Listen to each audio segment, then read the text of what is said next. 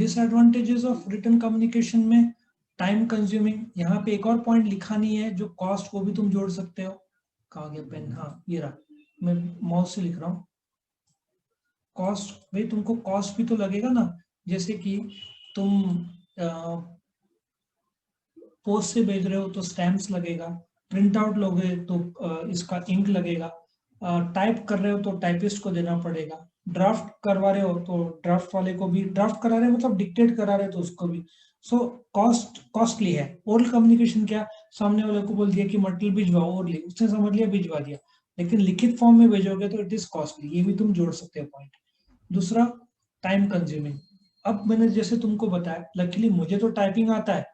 But फिर भी मैं टाइपिंग करूँ, डिक्टेट करना है सामने वाले को, एक पेज में 5-7 मिनट लगता है, जिसको टाइपिंग नहीं आता है उसको कम से कम 10-15 मिनट, और कम से कम 5 पेज रहा तो 1 घंटा कहीं नहीं गया।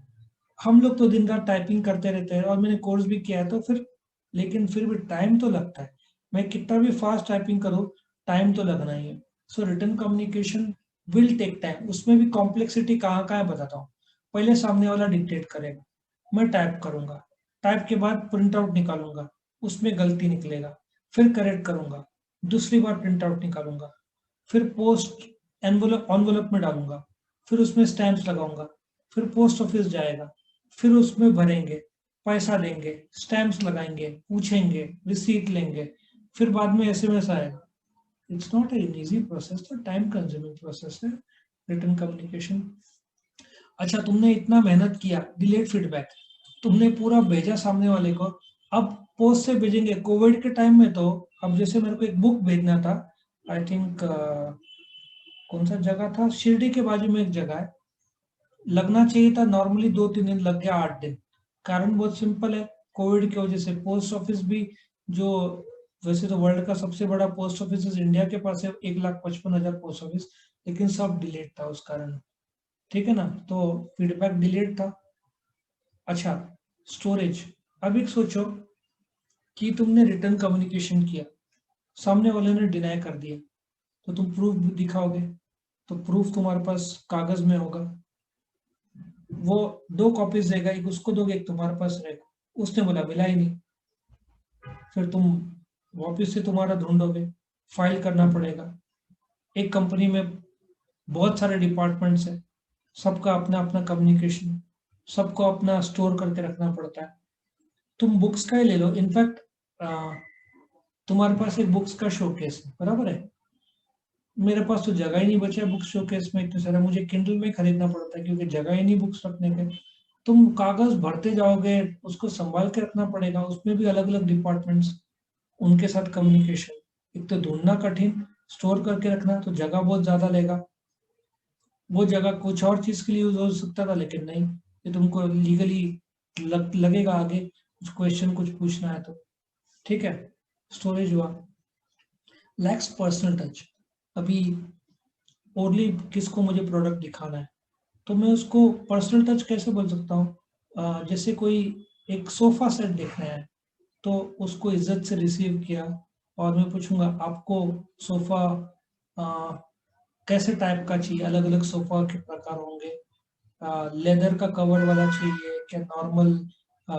आप किस बजट का देखना चाहते हो, नॉर्मली आपको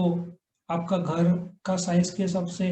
सोफा 3-4 बड़ा सोफा चाहिए, या कैसे टाइप का सोफा चाहिए, है ना। अगेन, पेयर स्प्रेड करते आते हैं ना आजकल, वो सब नए नए आ गए हैं, तुम पूरा डिटेल पूछोगे अच्छे तरीके से, उसके हिसाब से उसको एक पर्सनल टच सामने वाले के रिक्वायरमेंट के हिसाब से पूछ के वैसे टाइप का सोफा सेट दिखाओगे जो तुमको लगता है उसके लिए फिजिबल है, तो एक पर्सनल टच आता है। रिटर्न में मानते हैं तुम बहुत पोलाइट लैंग्वेज यूज करोगे, लेकिन तुमसे कुछ मिस हो सकता है, ओरल कम्युनिकेशन में हो सकता है तुम सामने वाले को कुछ डाउट पूछो अच्छे तरीके से और वो वहीं के वहीं सॉल्व कर दो, पर्सनल, क्योंकि रिटर्न में तो वेट करना पड़ेगा उसके रिप्लाई के लिए। अच्छा, इलिटरेट के लिए, जो पढ़ा लिखा नहीं है, तुम कितना भी बढ़िया लेटर लिखो, कितना भी एग्जीक्यूटिव बॉन्ड में दो, कितना भी रंग बिरंगी डिजाइन दो, उसको कुछ समझना ही नहीं है, इलिटरेट्स के लिए तो कुछ काम का नहीं। अच्छा, इसमें एक और है, पोस्टल डिले नहीं कहा, पोस्टल से लॉस्ट इन ट्रांजिट नहीं कहा,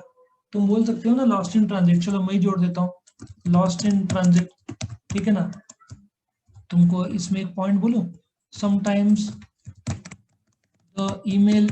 गोज इन स्पैम फोल्डर, तो क्या करोगे,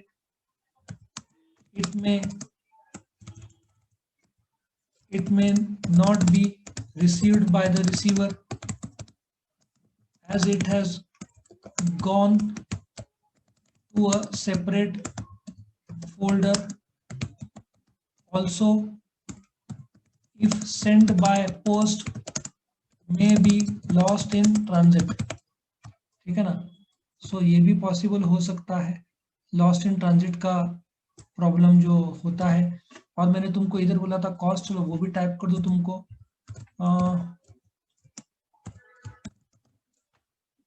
designing a written communication involves cost like drafting, typing, putting the letter in the envelope, then putting stamps, going to the post office, posting, ठीक है ना, etcetera, requires cost, हर जगह पे cost है, तो कॉस्टली बोलना चाहिए। तो ओरल से, तो ओरल में तो कुछ भी बड़बड़ करो, उस करने की कीमत ज्यादा, लोग वैसे भी बड़बड़ कुछ ज्यादा ही करते हैं, तो कॉस्ट पड़ता है यहाँ पे। तो नहीं, वो तो सस्ता पड़ता है, वो तो झेलना पड़ता है तुमको, वही कॉस्ट है तुम्हारा, लेकिन पैसा तो जा नहीं रहा है। लास्ट में मिस इंटरप्रिटेशन, भाई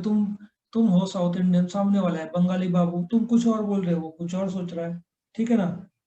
उसको मच्छी पसंद है, तुमको चिकन पसंद है, दोनों चर्चा कर रहे हैं, दोनों कंफ्यूज क्या चल रहा है जिंदगी में, ठीक है। तो नॉर्थ इंडियन और साउथ इंडियन, नॉर्थ इंडियन आया जीन्स में, साउथ इंडियन आया लुंगी में, धोती में, ठीक है ना, उनका दोनों अपनी जगह पे सही है, लेकिन मिस इंटरप्रिटेशन एक बोलेगा कुछ और, एक दूसरा इंटरप्रेट दूसरा और करेगा, ठीक है ना। सो बहुत सारे प्रॉब्लम्स है इसमें, है ना। सो ये तुम्हारा डिसएडवांटेजेस ऑफ रिटन कम्युनिकेशन था। वीडियो पसंद आया तो लाइक कीजिए, अपने फ्रेंड्स के साथ शेयर कीजिए, उनका भी फायदा हो, और चैनल को सब्सक्राइब कीजिए। Thank you.